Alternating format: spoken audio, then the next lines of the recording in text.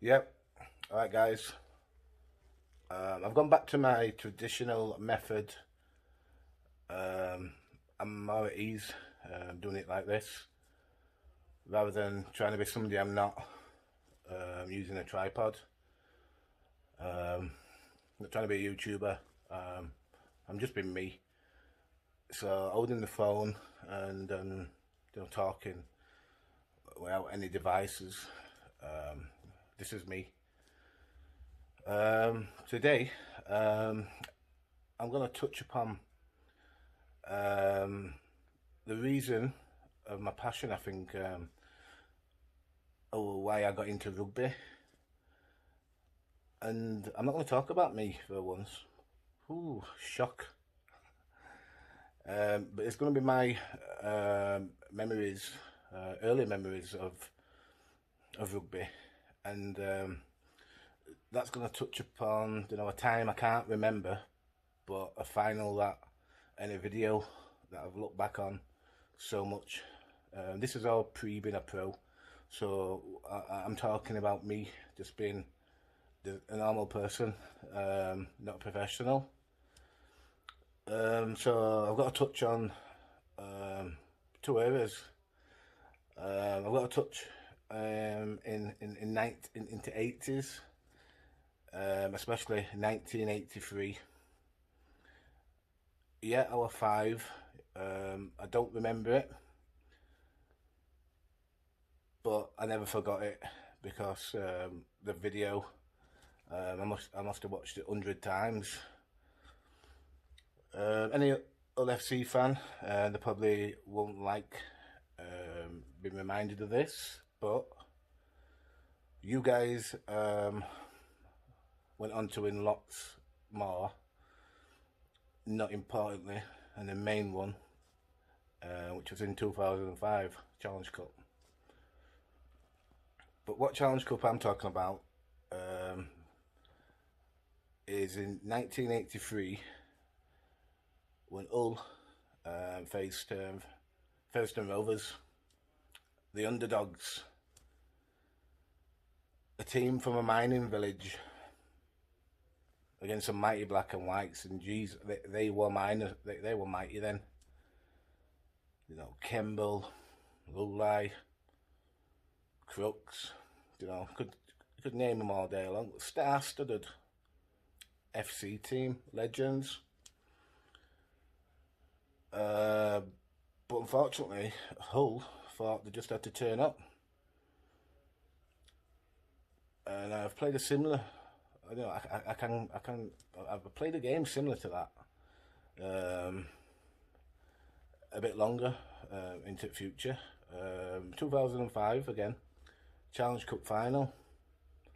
This was before Hull, went on and became a real force. But I think in 2005, Hull, we put Hull FC on map, because a year later we went and got into grand final. We were talked about, we were taken serious then, and that were Hull becoming to what to be, or what they went on to do, and win more trophies. FC became a big club. But back in 2005, we were like Fev Rovers, not given a chance against the mighty Rhinos. The Leeds didn't even, day before game, you get invited to pitch if you want, big occasion, to walk around ground and check out the changing rooms and that. Yeah, come on, of course you're gonna do it. It's a big occasion. Leeds Rhinos? Nah, we're not bothered. Seen it before. Alright. Anyway, I've kind of diverted back into the 83 Challenge Cup final. Fev Rovers weren't given a chance. And they ended up doing an almighty upset,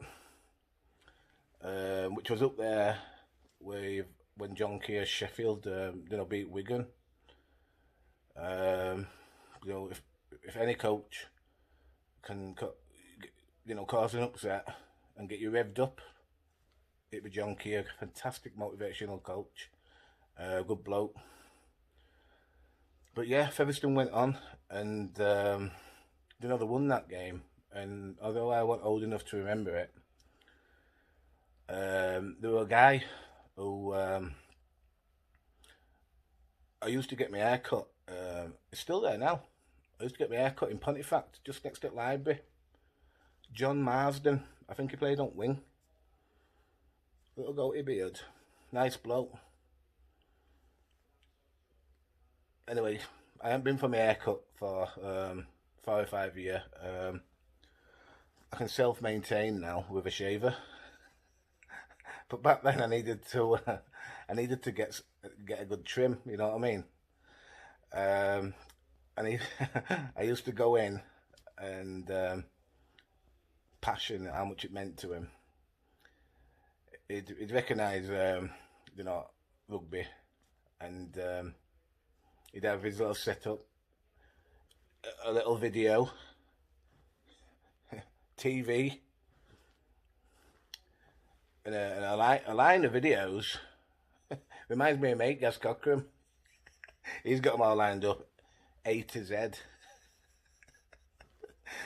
Anyway, of course, he picks 83 final. I know that off by heart, love it. I've never had an haircut as quick in my life. Put video on, and I already said this is one of my favourite finals because I'm a big Fev fan. Bloody hell. It took me an hour to get, you know, a shave. Watching full match, but nah, you know, credit to the guy. Show me his pinnacle, and what a pinnacle it was. Another little story while we're talking about Featherstone Rovers. When I left Carlton High School, I went to New College, and the caretaker there was Peter Smith, and he played in Challenge Cup final in 1983 too. So to me, it was, oh, Peter Smith, bloody hell. And he's one on video, and I've got a memory of it because there's blood all over his face, and the big magic sponge on. Oh, the magic sponge is on, and our boys are dying for a drink. There's no water bottles then, so the boys are coming on and taking sponge and sucking water out of sponge and Pete's blood as well. I'm like, bloody hell, brutal. Go on, boys. You won't get that now. Bloody hell, separate bottle, separate bag. Different times, eh? But wow, you know, that a big memory from that game. And then obviously, who can you know, Steve Quinn. You know, there's probably only die-hard Featherstone Rovers fans are going to relate to this, or Hull, who got beat in '83. They'll recognise his name, but you know, that penalty, what you've just wiped Peter Smith out, is give one of the best kickers in game a kick to win match. It's 12-12. And I know exactly how many steps he takes, because I've watched that video about 100 times. Because I used to goal kick at amateur. It was 6 back, 4 to left. And he kicks it for winner with a minute to go, 14-12 to Featherstone. Wow. I mean, do you know, I wasn't there when they won. I was my Uncle Stephen's shoulders. He worked in Carpet World in Ponty, and Featherstone brought cup. So before I won Challenge Cup with Hull, I'd actually got Elk Challenge Cup before, believe it or not. But yeah, I think that's, you know, I think what happened with how I kind of got brought up with Featherstone, it kind of typifies me, you know, what I'm about. I like an underdog. I like the wind in my face. I like my back up against the wall. because it gets the best out of me. Had I, you know, signed for Leeds Rhinos, I don't think I'd have become player of war. You know, I like to do things tough, unfortunately, in life too, yeah. But you know, that learnt me my trade proper. I don't think I'd have learnt my trade proper if you know, I'd have been playing at Leeds or St Helens, and there's a centre just giving me tries left, right, and centre, and all I'm doing is falling over the right line. It ain't me. I want to get dirty. I want to get involved. I want to get in middle. So I think, you know, the transition when I went to Hull suited me. It was perfect, because every player there's no journeyman. There might be some players what, you know, get paid more. Why not? Of course there should be. But never a journeyman at all. Never. You know, I can honestly say throughout my career when I played at FC from 2000 to 2009 maybe when I finished, not one time did I see a player just there for money. You just don't come to the Hull FC chasing money. The fans won't let you get away with it anyway. I think there's a big name player that once came and they, you know, they got rid of him, let him know what they thought of him. But I'm gonna put some clips on now, you know, from the Featherstone game. Another big thing, you know, winning Challenge Cup were great, but obviously Rich Agar, well, I think assistant coach at the time, wanted to John Keir at all. And I got to meet his dad, Alan Agar, who was in that video, who wins it in Featherstone in 1983. I'm like, move that way, Rich. Let me get to your dad. Bloody Alan Agar. I don't think he smokes cigars anymore, but that was awesome to meet him. So I'm going to put you like a few clips on Featherstone, and then I'm going to talk a little bit about me as a fan, supporting Stones Bitter before Super League. In a bit, guys. Rich Agar's dad there, Alan Agar. Met him when we won Challenge Cup in 2005. Steve Quinn, 6 back, 4 to left. John Oldsworth, the referee, can remember him. And he's got it. Oh, yes. He's kicked it. What a goal. 6 minutes to go. 12 points all. 12 all, 6 minutes to go. Well, do we have a ball game now? Just look at this. Steve Ankin here. A lovely ball out of here to David Hodge. Look at Keith Bridges. Get out me road, son. We have a ball game here, and that deserves a try. And he'll win the Lance Top, that kid. Here's the man again. Who knows what he can do? 2 minutes to go, and Featherstone applying the same tactics. Driving to those posts. Absorbing 2 or 3 tackles. And here could be a dramatic penalty. This is a bit what we're talking about. Used to be caretaker, New College. Pete Smith. Bleeding. Watch him come on with sponge. Magic sponge. And our boys come sucking water out at sponge. Oh yes, obviously a nasty knock. Old school man. Tough though, eh? Little Alan Banks there. Peter Smith, he's worked hard, he's played hard. But it's surprising what that magic sponge can do. comes sucking it out with sponge. I don't think he'll feel those bumps and bruises if this goal goes over. So now Steve Quinn to kick the winner. I want, like I say, I didn't watch this live, but this is how I grew up being a Featherstone fan. 1 minute to go, 12-12. Written off. Reminds me when we played the Leeds Rhinos in 2005. They didn't even want to go down and see pitch, Rhinos are arrogant. Dancing and being cocky in tunnel. They wanted to end the match, they were crying. Arrogant twats. The challenge got to be settled here. It's there. Historic win for Rovers. I've got those folks watching that. Only 5. Rich Agar's dad there, Alan. Go on, Alan.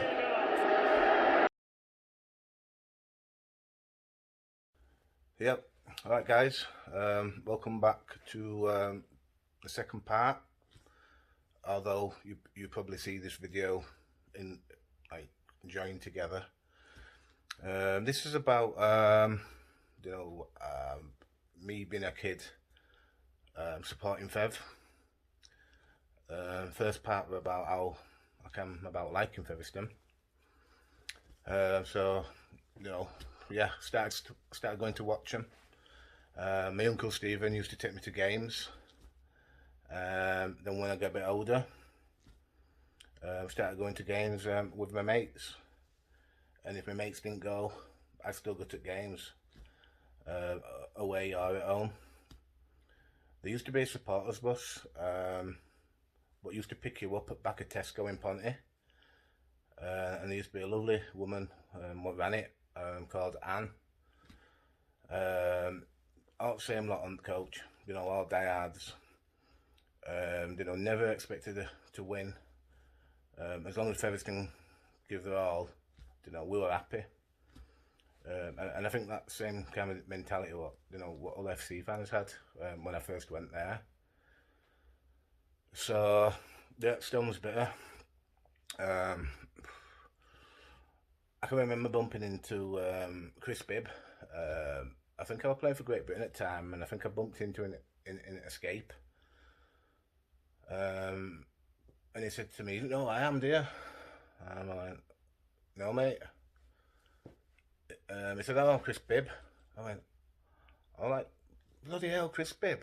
And I went, "It's because you haven't got your scrum cap on, mate." And I was like, bloody, it was like awesome. Do you know what I mean? Because that era to me, is like when I was a fan, so it's massive to me. And one of my close mates who we've been worried about, but he's okay now. He played in that era. As tough as they come, moves forward, fit, skillful. I know this because he made me. I used to go to his house. He used to make me watch his games from 1952. No, I wasn't that old. Yeah, I watched one of his videos, and I could see he had it. Good hands, good kicking game. He loves rugby. Good lad. You probably know him. He's a Hull lad. Gaz Cochran. This is what's got me about making this video, because his stories he tells me about when he were playing Stone's Bitter, and I love listening to that, because if somebody tells me a story about something in Super League, it's just boring. You know what I mean? But if somebody tells me a story about an era when I was like a fanatic fan, about players and what they were like, and what were that like, and what were like when Tutor put a shot on you, and he tells me some awesome stories. He's an awesome kid. Glad you're all right, mate. Cheers for keeping me updated, Nicky. So yeah, started going to Featherstone Rovers matches. Went away or at home. Didn't get if it was Central Park. I'm not going to win. I just want to see Fev get stuck in for a bit.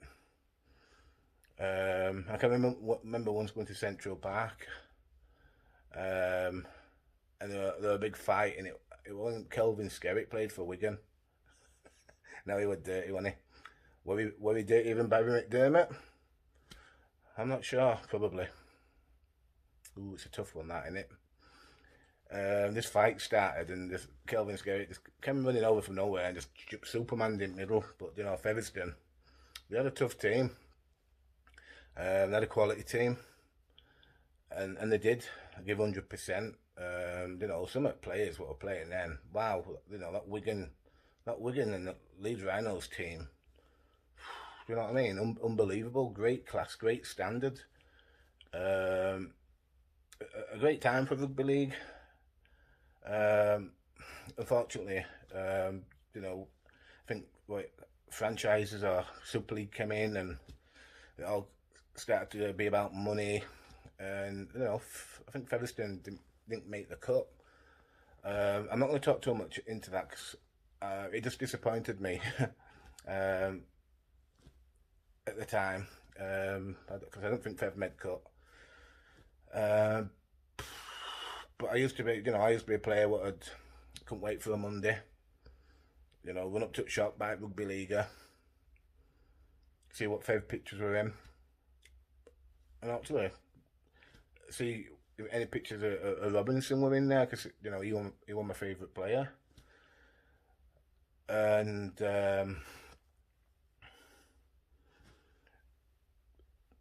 I'd be like I said, I'd get supporters bus with Anne, and we'd travel wherever, win or lose.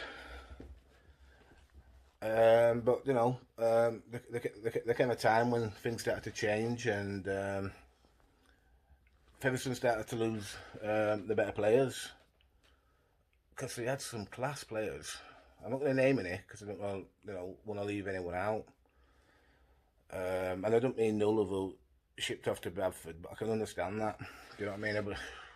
I could have shut him at time as a Featherstone fan. It wasn't until I went to be a player I could concur with what he did. But sometimes you've got to do what you got to do, haven't you? I'm going to leave the end of this video with a clip my biggest memory of what Featherstone Rovers, and they're at Post Office Road. Now you'll have to bear with the quality, guys. It's from '91, but it's when we beat Wigan on the Sky at Post Office Road. It's packed out its ground, and I can remember I had to stand on this wall next to the hot dog stand so I could see. I wasn't one of them roughy heads who'll go in bollock stand. Nah. Beating Wigan, and if it's a clip, the commentator, he's pretty happy too.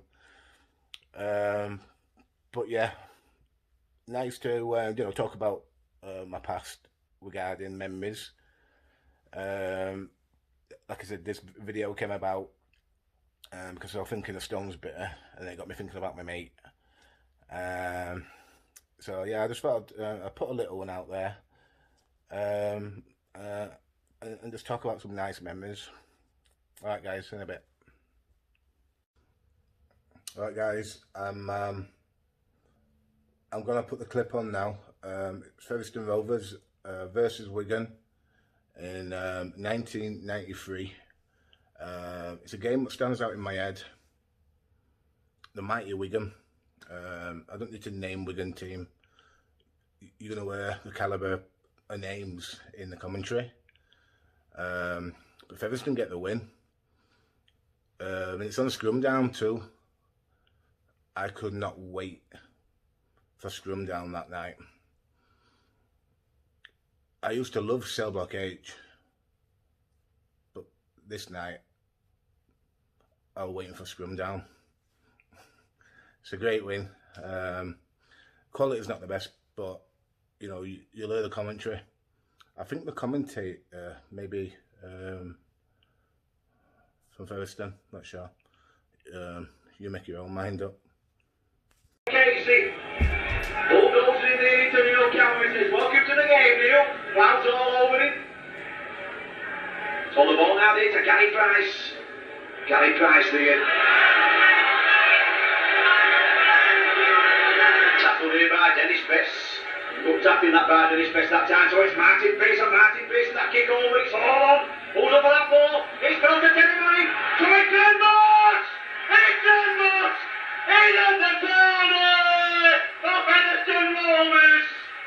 Ingraved's third try of the season, and to me that's no more than Fev Rovers deserving this match. Let Dawn made that ball to Martin Pearson. Good play by Brett Dawn to Martin Pearson. So it's Francis Maloney. Spin the ball out now to Brendan Tulty. Brendan Tulty gives the ball into Francis Maloney. Well, that's good defence that by Dennis Betts, spotting the danger. So it's Neil Roebuck now to Brett Dawn. Brett Dawn pushing that ball through. And Dennis Betts there. Yes, it's a try! It's a try! To Gary Ace Price! Gary Ace Price there! Following that little kick throw by Brett Dawn. And Melon Nottingham here make a right mess of the things. Fev Rovers leading by 10 points to 8. Just about 5 minutes left for play in this first half. The ball's in its back to Rovers. Brett Dawn. So it's Francis Maloney! Francis Maloney! Yes! He scored the try! He scored the try! Francis Maloney scored the try! He definitely got the ball down! And I must say this, it's absolutely good touch judging that by the touch judge. Francis Maloney got that ball over the line. Stopped by Dennis Betts and Andy Farrell. So it's Richard Gunn back inside now. It's all right, Casey. Once again, that's good play by Rovers. Gets the ball into Gary H. Price. Back inside to Brett Dawn. To Richard Gunn. Richard Gunn to Terry Manning. Oh, it's football at its best. This is what they call the game of rugby league. Brett Dawn to Francis Maloney. Francis Maloney. Francis Maloney. Francis Maloney scored the try. Oh, that was the tussles in your ass. Whoa. Later, so it's Brett Dawn now there to Francis Maloney. To Cargins coming back inside. So Francis Maloney looking dangerous every time he gets the ball, so it's Richard Gunn, that little dummy. So Brett Dawn going to acting half back. Brett Dawn there, that little dummy, gives the ball there to Neil Roebuck. Neil Roebuck. Oh!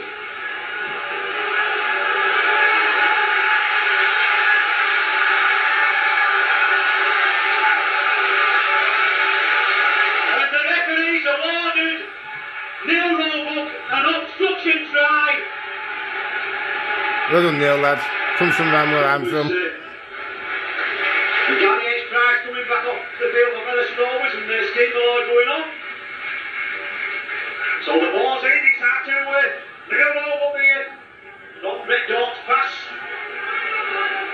Joe Lyden making the tackle. Gets up, plays the ball. It's the switch. Francis throwing the ball into Brendan Tulty. Oh! And they have come back in the best possible way. That switch here. Neil Roebuck taking the stand-up half position. Quick playing the ball. Everybody went onto the open side. Brett Dawn there, Brendan Tulty. And there was a gap there as big as station lane. And plays the ball. It's all. Cranky bow. Dixon. Go Cal. Go Cal. Go Cal. Go Cal. Brilliant intersection that. So it's Ingraved. Ingraved to Gary Price. There you go. Gary Price, now you let the ball go. Ollie Simpson with the ball. Ollie Simpson is coming outside. Francis Maloney. Oh! Terry Manning. In at the corner. Terry Manning. 7 tries to Rovers. 2 to Wigan. Every picture tells a score.